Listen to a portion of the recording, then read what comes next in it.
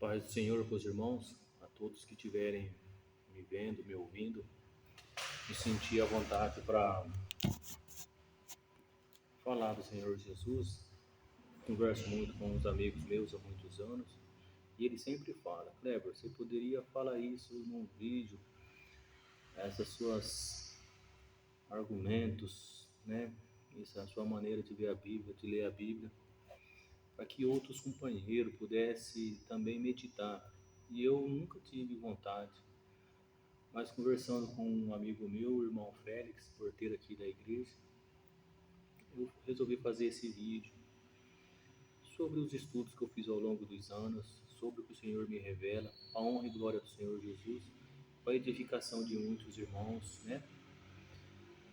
Estou falando aqui sábado, 10h45 da manhã, na igreja do Parque Zabone, né? Ministério Belém. O pastor José que me deu liberalidade, né? Então queria falar aqui uns 20 minutinhos com os irmãos, algo da parte do Senhor Jesus, para aprendermos um pouco da Bíblia, né? Porque eu não tenho nenhuma formação teológica, mas desde criança minha mãe me ensinou a ter a Bíblia como livro de cabeceira, e a gente estuda a Bíblia desde criança, e o Senhor, pela tua misericórdia, nos revela algumas coisinhas. Eu queria compartilhar com todos os irmãos que estiverem ouvindo, tiverem interesse, né? Então eu convido os irmãos para abrirem a sua Bíblia comigo no Sermão da Montanha, Mateus capítulo 5. Mas hoje a gente vai ver diferente, tá, irmãos? Os irmãos abram a sua Bíblia no capítulo 5 de Mateus, mas a gente vai entender o que foi o Sermão da Montanha, segundo o Senhor revela a cada um, e então os irmãos ficam aí com o que o Senhor lhe colocar no coração. Amém, irmãos? Vamos lá, a gente vai abrir Mateus capítulo 5, mas a gente não vai ler agora. Irmãos, vamos primeiro entender o contexto que o Senhor Jesus leu este sermão. Deixa eu abaixar o som aqui. O Senhor Jesus, como todos sabem, nasceu nos confins de Zebulão e Cafarnaum, né? A gestação do Senhor Jesus foi nos confins de Zebulão e Naphtali, né? No norte de Israel. E nos dias do nascimento de Jesus, pela necessidade do censo de César Augusto, José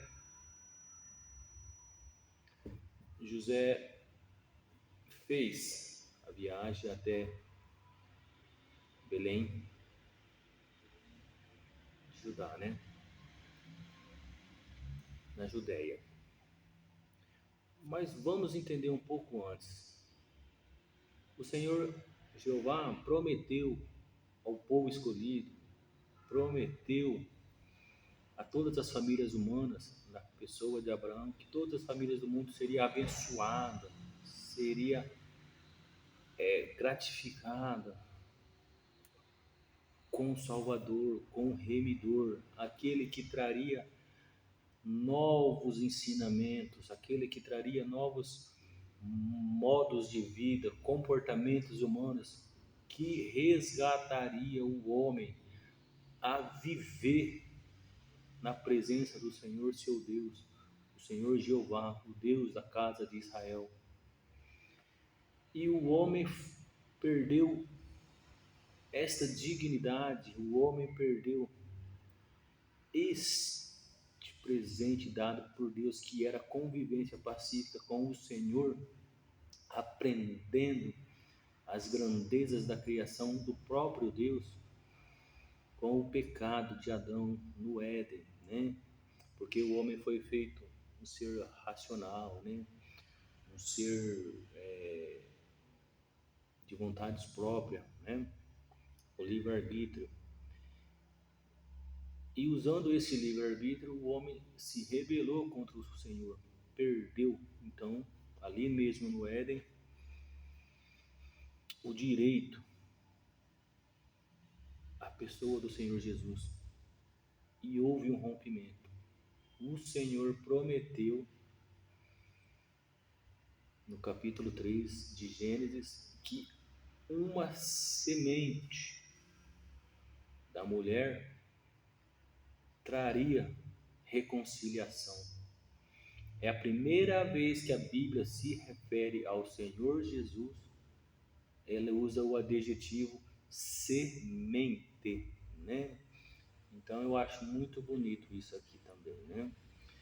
E então, irmãos, gerações de patriarcas foram nascendo, esperando o advento da reconciliação, e não houve, né? Então foi Adão, Sete, Enos, Cainã, Malalel, Jared, Enoque, Matusalém, Lameque, Noé. Em Noé o Senhor fala novamente ao homem, fala com o patriarca Noé. E então o Senhor, com um ato de misericórdia, recomeça a humanidade, e pela teologia, pelos alguns estudiosos da Bíblia, né, termina o mundo pré-histórico e começa o mundo antigo, né? O Senhor, através de Sem, né, na quarta geração, se eu não me engano, o Senhor chama Tera, e Tera sai da sua terra e migra para Canaã. No meio do caminho, Tera morre, o Senhor aparece a Abraão e faz uma aliança com Abraão, faz um concerto com Abraão. Através de Abraão, ele promete que todas as famílias da terra seriam benditas, né? Abraão, pela fé, confiou e acreditou, e foi fazer a migração. E os irmãos conhecem a história melhor do que eu, né? Isaac, Jacó, Judá, e por aí vai. Através dessa família, o Senhor reconstitui 12 tribos. Começa o tempo tribal do povo escolhido. Começa o tempo tribal e fica por quase 400 anos nessa situação. Durante esse tempo, a terra de Israel foi governada pelos juízes, né? Alguns foram contemporâneos uns dos outros, alguns juízes eram só regional, né? Outros fizeram grandes revoluções, como o caso de Jefité, como o caso de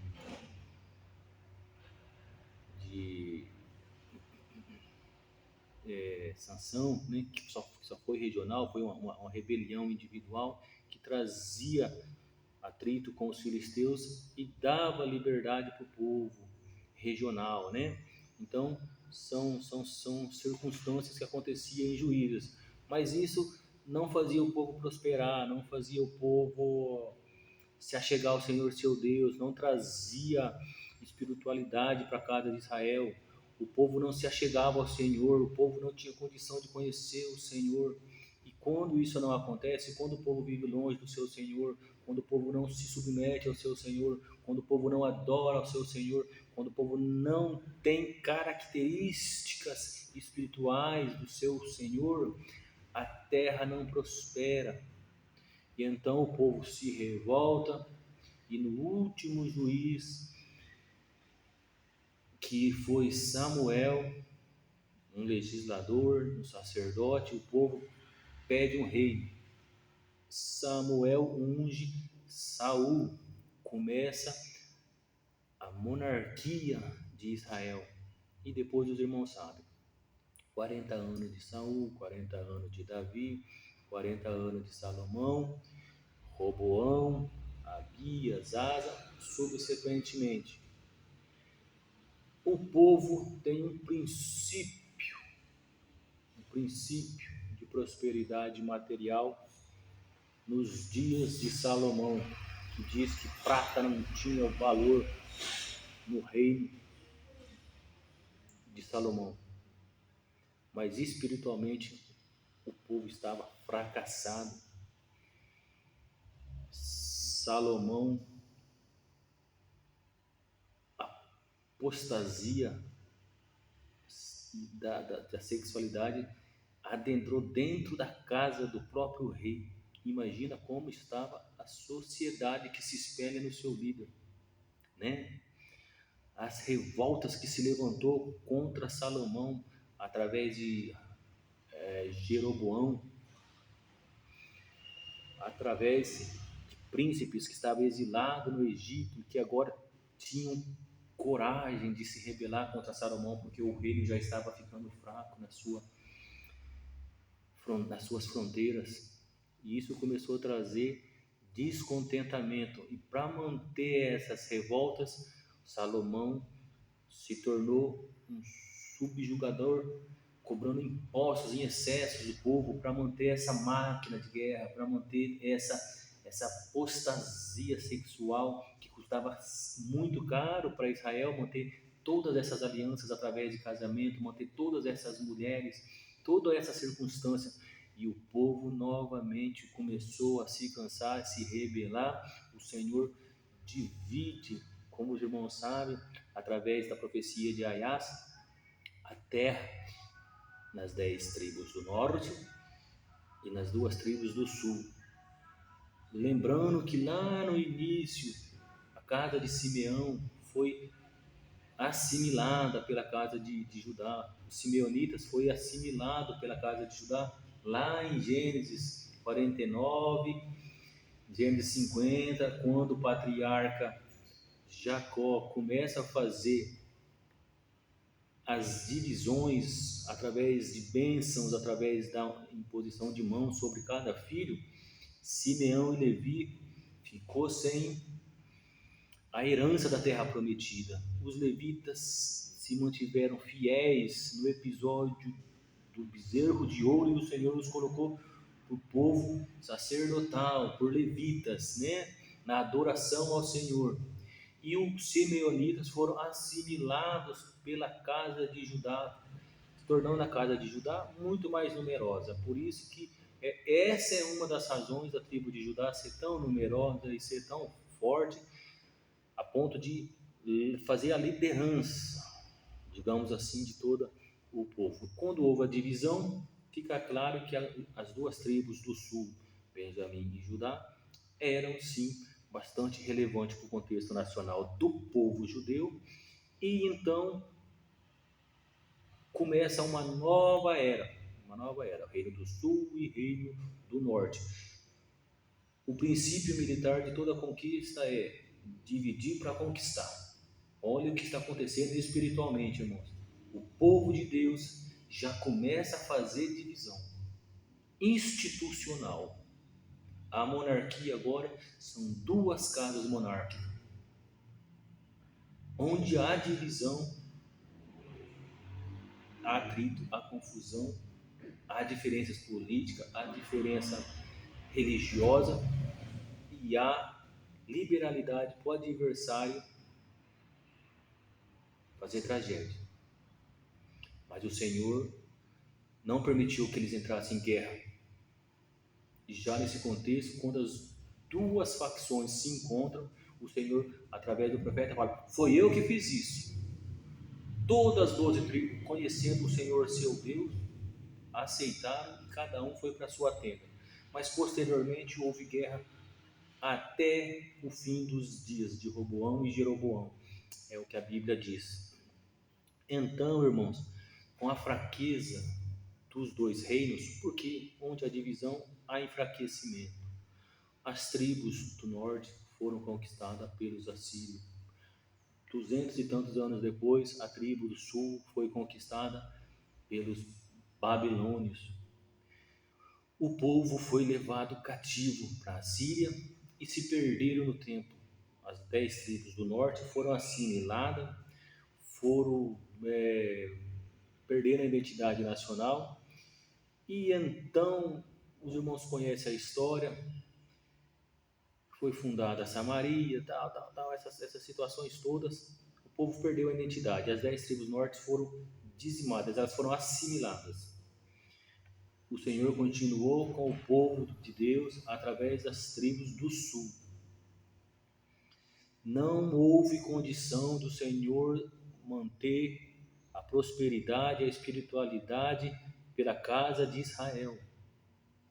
Porque o Senhor, em Deuteronômio 28, prometeu que enquanto o povo adorasse e buscasse pelo seu nome e fosse temente, fiel, a terra prosperaria, as chuvas viriam, os animais dariam suas gestações em seu tempo, as bênçãos dos celeiros através das colheitas seriam excelentes. Mas em Deuteronômio 29, há o contraste.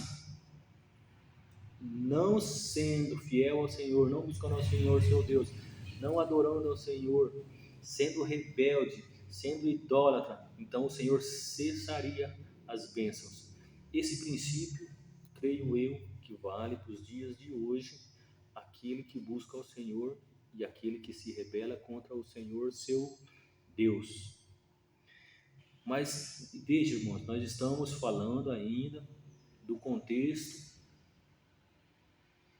de Mateus capítulo 5, olha todo o contexto. Então, o povo é levado para a Babilônia, passa 70 anos em cativeiro, o sofrimento vem, e em Salmos 14, 15, está lá a dissertação que eles fazem de sofrimento, de saudade da sua terra e da sua adoração, de quando estavam no templo, tocando os seus instrumentos e cantando ao Senhor. O Salmo 15 é algo lindo em termos de buscar o Senhor no momento de sofrimento pela não adoração. Não adorar o Senhor gera sofrimento no espírito. E gerou o Salmo 114 e 115, né, irmãos? Eu falei 14 e 15, 114 e 115, que são belíssimos, são lindos. Mas dando sequência, irmãos, continuando no nosso raciocínio, o Senhor traz eles de volta através de Zorobabel, e então Esdras, Ageu, Zacarias, Neemias, todos esses homens traz de volta o ensino. Irmãos, vamos buscar primeiro ao Senhor, depois construímos a muro, depois construímos o templo. Vamos construir primeiro o templo, depois nossas casas, ou seja, primeiro adorar o Senhor, primeiro as coisas do Senhor, e então os bens materiais, primeiro a adoração, primeiro as coisas do Senhor. E o povo, através de Neemias e Esdras, volta a adorar o Senhor. Lá em Esdras capítulo 8, acho que o versículo 10 fala: quando Dario dá liberdade para que Esdras volte para a casa do Senhor, restaurar Israel, Jerusalém, diz assim, ó, e Esdras assentou no seu coração, ou seja, Esdras colocou no coração, antes de fazer a obra, antes de você querer fazer a obra, antes de sair fazendo as suas coisas, os seus planos, os seus projetos, primeiro assenta no seu coração e busque ao Senhor, e depois você vai ser bem sucedido. Então, irmãos, começa novamente a apostasia, a rebelião, e o povo grego, através de Alexandre Magno, chega às portas de Jerusalém. Quando Alexandre chega, o sacerdote Eleazar veste suas túnicas, veste suas roupas sacerdotais, faz todos os sacerdotes vestirem e vão de encontro a Alexandre com a tua cavalaria, com os teus exércitos, e abre as portas de Jerusalém para Alexandre Magno. Alexandre Magno tinha tido um sonho que homens com aquelas roupas profetizavam sobre ele. Quando ele vê aqueles homens vindo ao seu encontro, Alexandre lembra os teus sonhos. E Jerusalém, irmãos, o povo de Israel desde a sua antiguidade, nunca admitiu um rei que não fosse judeu, nunca admitiu estrangeiros ministrando na sua terra, um povo aguerrido, um povo guerreiro, um povo que resiste, um povo que luta. É a única vez na história humana, da história de Israel, que eles abrem a porta para o invasor. Está lá no livro de Flávio José, o historiador Flávio José foi quem nos traz essas informações e é fidedigna. Pois bem, Alexandre Magno tem misericórdia do povo de Jerusalém e dá a eles benefícios políticos. É quando os líderes de Samaria procuram Alexandre Magno,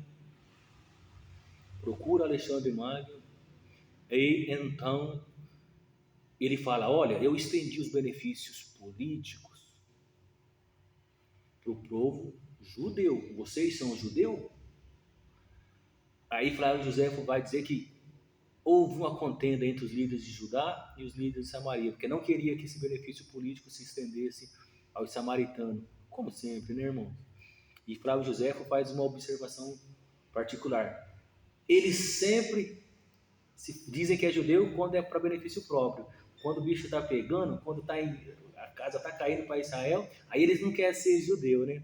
Pois o ser humano é assim. E vamos contextualizar para vocês verem onde é que vai chegar, irmãos. Então, a casa de Josué, através de seus 3 filhos, né, que é os livros de Macabeus da Bíblia Católica, vocês vão ter lá toda a sequência. E Judá Macabeu, né, que lidera os irmãos,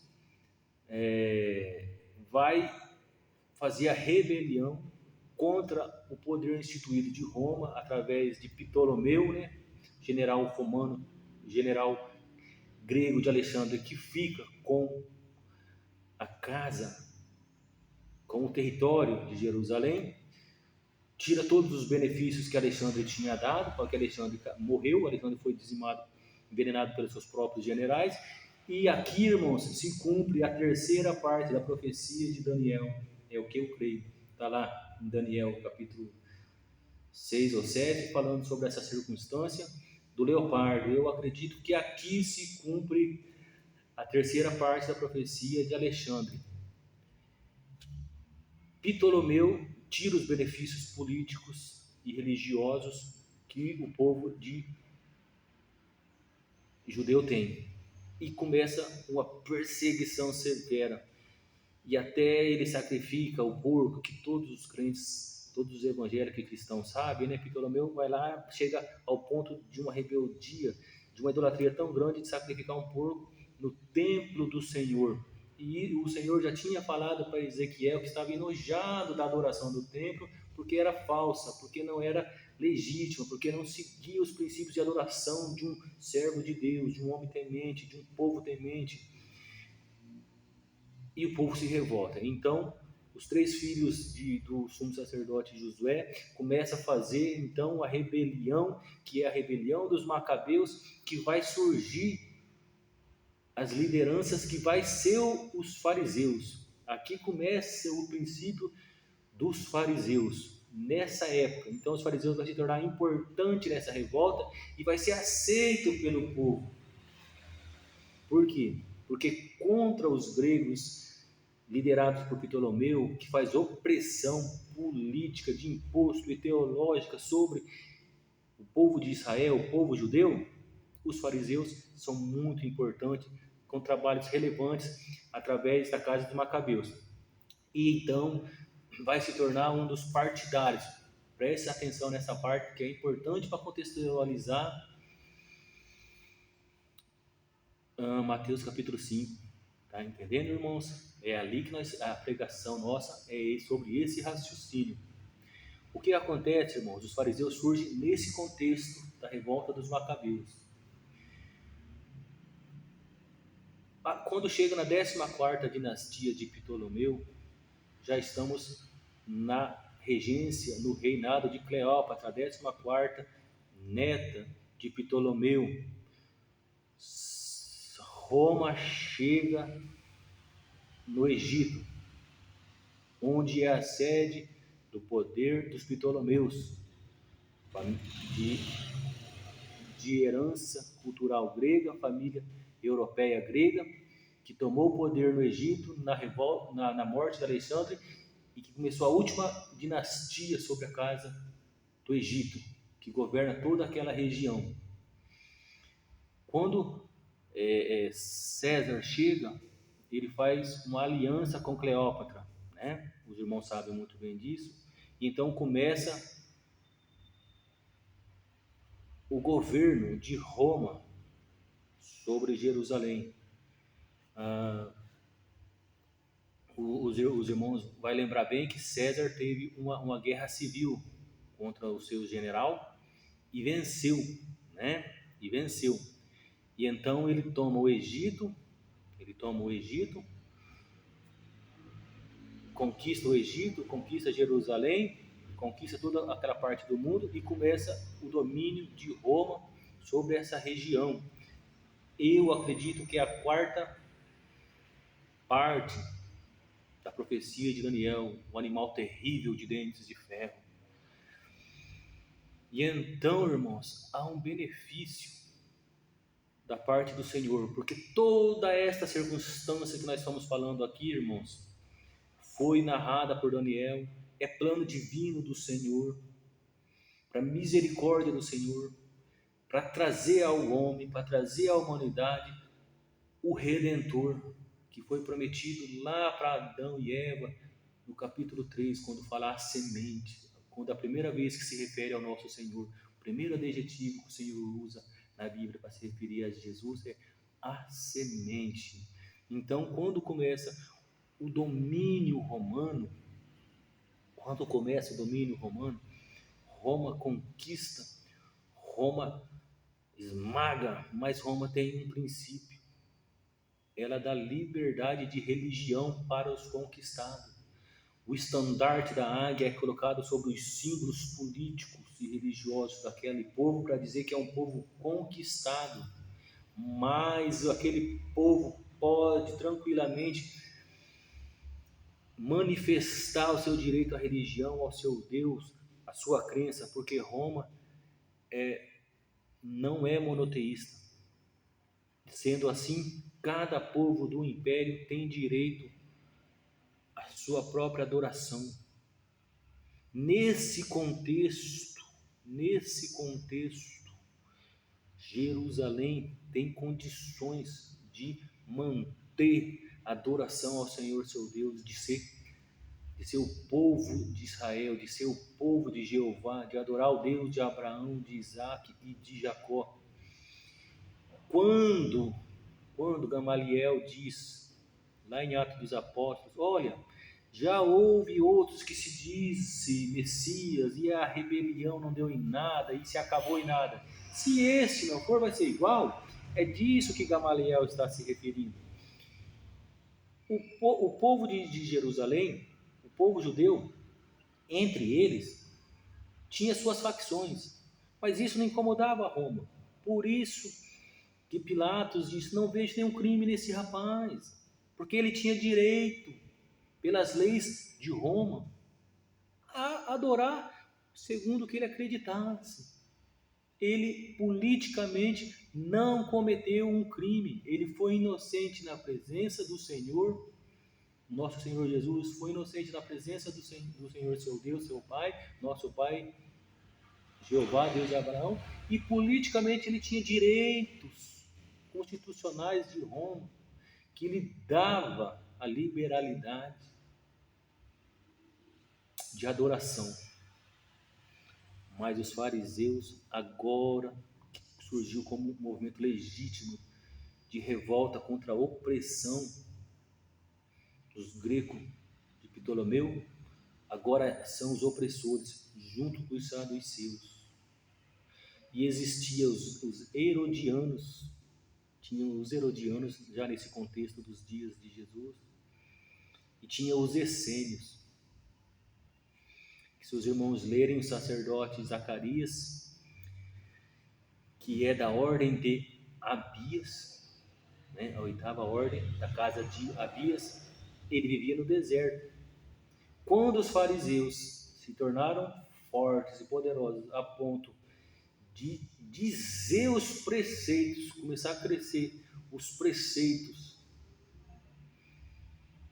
de como interpretar os 10 mandamentos, criando os preceitos religiosos junto com os seus, então eles se tornam os opressores sociais, causando julgo espiritual, causando sofrimento usando a palavra de Deus.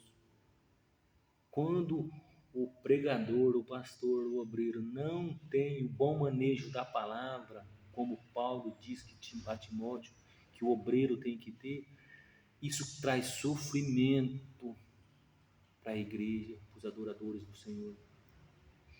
E foi o que aconteceu com os fariseus e os saduceus. Quando isso começou, um grupo de sacerdotes catou alguns pergaminhos, catou alguns escritos e fugiu para o deserto. Eu acredito que João, que Zacarias teve acesso, eram os essênios.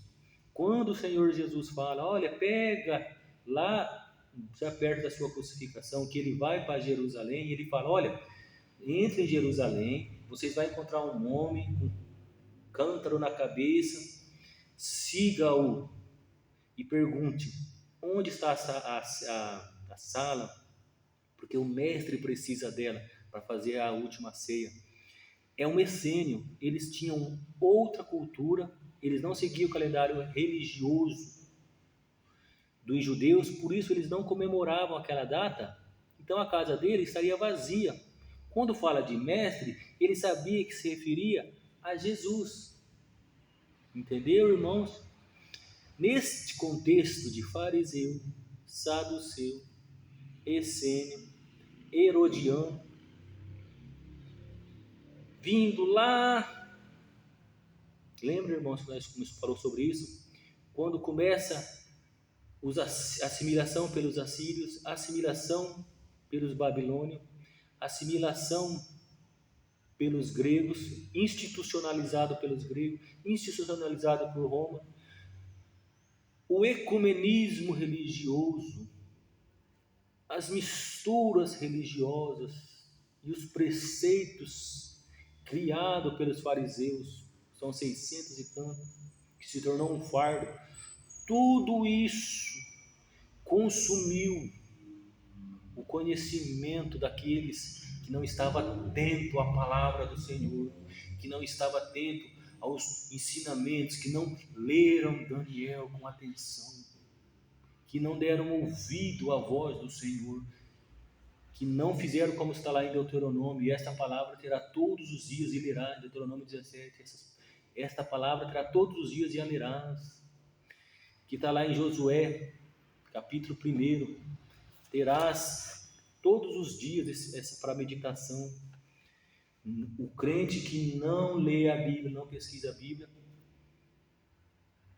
perde a capacidade de entender o que está acontecendo ao seu redor. E perde a salvação, perde a capacidade de adorar com espírito de verdade, de se achegar ao seu Deus, sabendo o que está pedindo, sabendo o que quer, sabendo o que necessita. Quem sabe que nós queremos, que nós estamos, é Deus, mas Ele nos dá a capacidade de ser sábios na maneira de pedir. Mas para isso tem que ler a Bíblia, irmãos. Nesse contexto, irmãos, o povo era simples. A opressão dos impostos praticada por Roma, a opressão dos cobradores de impostos judeus corruptos, para beneficiar também o sinédrio, para sobrar para o sinédrio, porque eles tinham que estar esse conhecimento, não era impossível, só os coletores de impostos. Isso é uma máfia, como é hoje, já era na época. Então o sinédrio tinha sim algum controle sobre quem iria ser escolhido como coletores de impostos. Está entendendo, irmãos? Onde chega a corrupção humana? Então, o povo era oprimido através de imposto.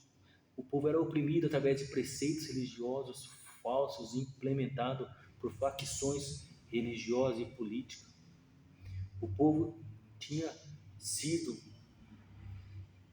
assimilado por ensinamentos gregos, o povo tinha sido assimilado por ensinamentos babilônicos. Tudo isso tirou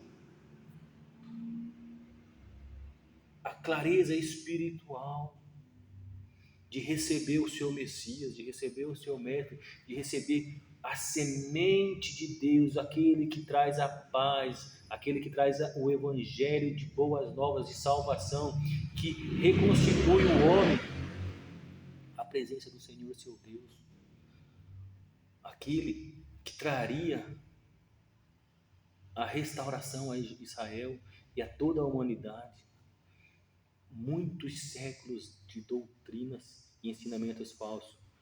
Então o Senhor Jesus vai no deserto, fica 40 dias, ele sai cansado, e se os irmãos lerem a Bíblia com muito cuidado, vai perceber que o Senhor Jesus sempre fala do alto de um morro, na beira de um rio, é onde a acústica é melhor. Então ele sai da provação do deserto. O primeiro ato, o primeiro encontro de Jesus com a multidão, vai passar 3 anos fazendo este ministério, mas o primeiro encontro de Jesus público com o povo é em Mateus 5, quando ele vem dar o sermão da montanha. Então, essa é a primeira aparição de Jesus. Até então ele ficou convivendo com sua mãe, com seus irmãos, cumprindo seu papel de fariseu até os 30 anos. O pai tinha morrido, ele estava cuidando dos irmãos mais novos, da sua mãe, como o irmão mais velho, responsável pela casa. Mas aos 30 anos, ele vai fazer a obra do pai e se revelar como o Messias. Passa 40 dias no deserto. Então, o primeiro encontro dele público é na Sermão da Montanha. Lembra que eu pedi para os irmãos abrirem a Bíblia? Irmãos, o povo tinha perdido os ensinos, o povo tinha perdido a doutrina, o povo tinha perdido o Evangelho, o povo não sabia mais como adorar, como se comportar como homens de Deus, não sabia mais quais eram as verdadeiras revelações, quais eram as boas aventuranças, quais eram as boas novas, como se comportar na presença do Senhor, como adorar o Senhor, o que era lícito ao homem desejar, o que era lícito ao homem ter desejo no seu coração, e o que era realmente a felicidade, o que era realmente a paz, o que era realmente tristeza, choro. Nesse contexto, o primeiro ensino do Senhor Jesus, quando ele está se revelando ao povo, a primeira pregação. Então vamos ler junto. Agora sim, irmãos, olha que delícia que é ler o Sermão das Montanhas, o Sermão da Montanha, sabendo que Jesus estava querendo ensinar. Vamos ler junto agora, irmãos? E Jesus, Mateus capítulo 5, versículo 1. Eu, Jesus, vendo a multidão, subiu ao monte. E Jesus, vendo a multidão, subiu ao monte. E assentando-se, aproximaram dele os seus discípulos. E abrindo a boca, é a primeira vez que Jesus abre a boca para conversar em público com o povo que o esperava desde da rebelião no Éden.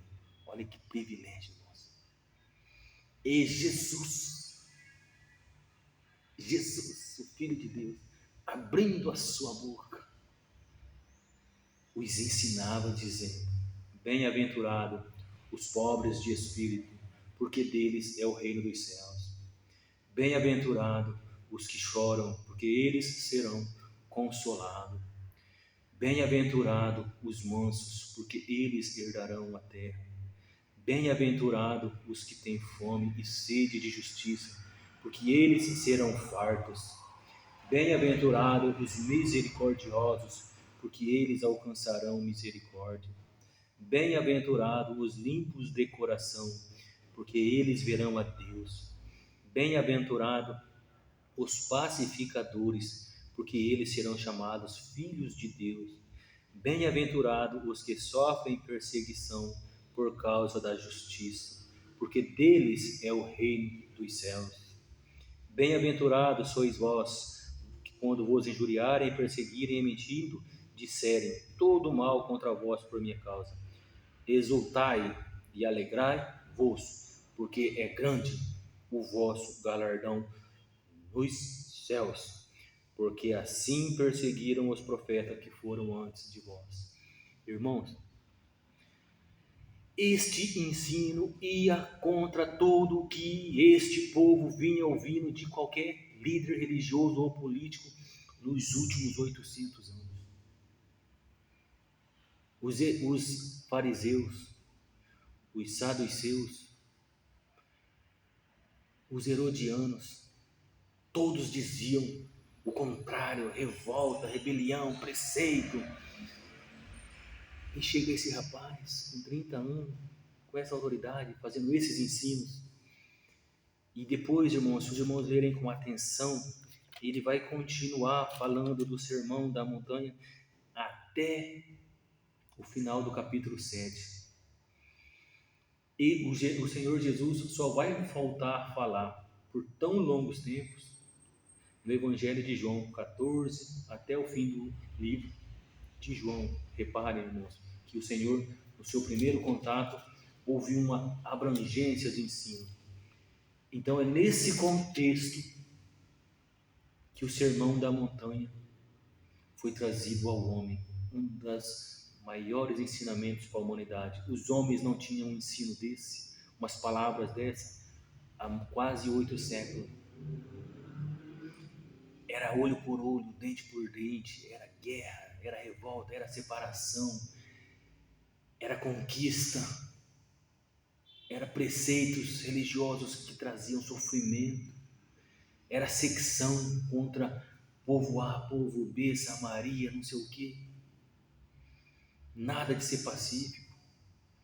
A busca pela ganância através da pilhagem de outras nações. Aí chega esse rapaz com esse ensinamento lindo.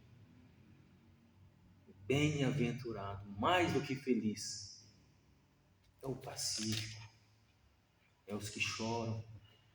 Nesse contexto, irmãos, o que eu estou querendo dizer nessa manhã? Vamos ficar com o Senhor.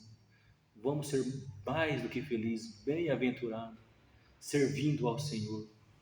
Porque Ele abriu a sua boca e nos ensinou através dos Evangelhos as boas novas da salvação. Como ser mais feliz, como ser mais aventurado, pacífico. Trazendo a salvação que nos traz a paz e nos leva até o nosso Senhor, o Senhor Jeová. Buscar primeiro o reino de Deus, porque eles serão abençoados. Não caia nessa situação de político A, político B, lugar tal é bom, lugar... Não, irmãos. Bom é servir ao Senhor em primeiro lugar. Bom é meditar nas palavras do Senhor de dia e de noite e tê-la para ler consigo. E terás um lugar nos céus. É o que ensina o Sermão da Montanha. É o primeiro ensinamento onde o Senhor se revela para a sociedade. No seu primeiro encontro com a sociedade, no mundo que era cativo, tanto intelectualmente, como politicamente, como religiosamente. Ele vem e traz o Evangelho que traz a paz. Fique com esse ensinamento, que é simples, mas é o que o Senhor colocou no meu coração essa manhã e eu fiquei feliz em fazê-lo. Se eu for bem recebido, eu trago outros, tá bom, irmãos? A paz do Senhor, fique com Deus, buscar primeiro o reino de Deus e o Senhor, e servir ao Senhor Jesus com sinceridade, não através de política, não através de preceito, nem através de opressão, mas buscando conhecimento da parte do Senhor, que já abriu a sua boca para nos trazer boas novas de paz. Amém. Fique com Deus.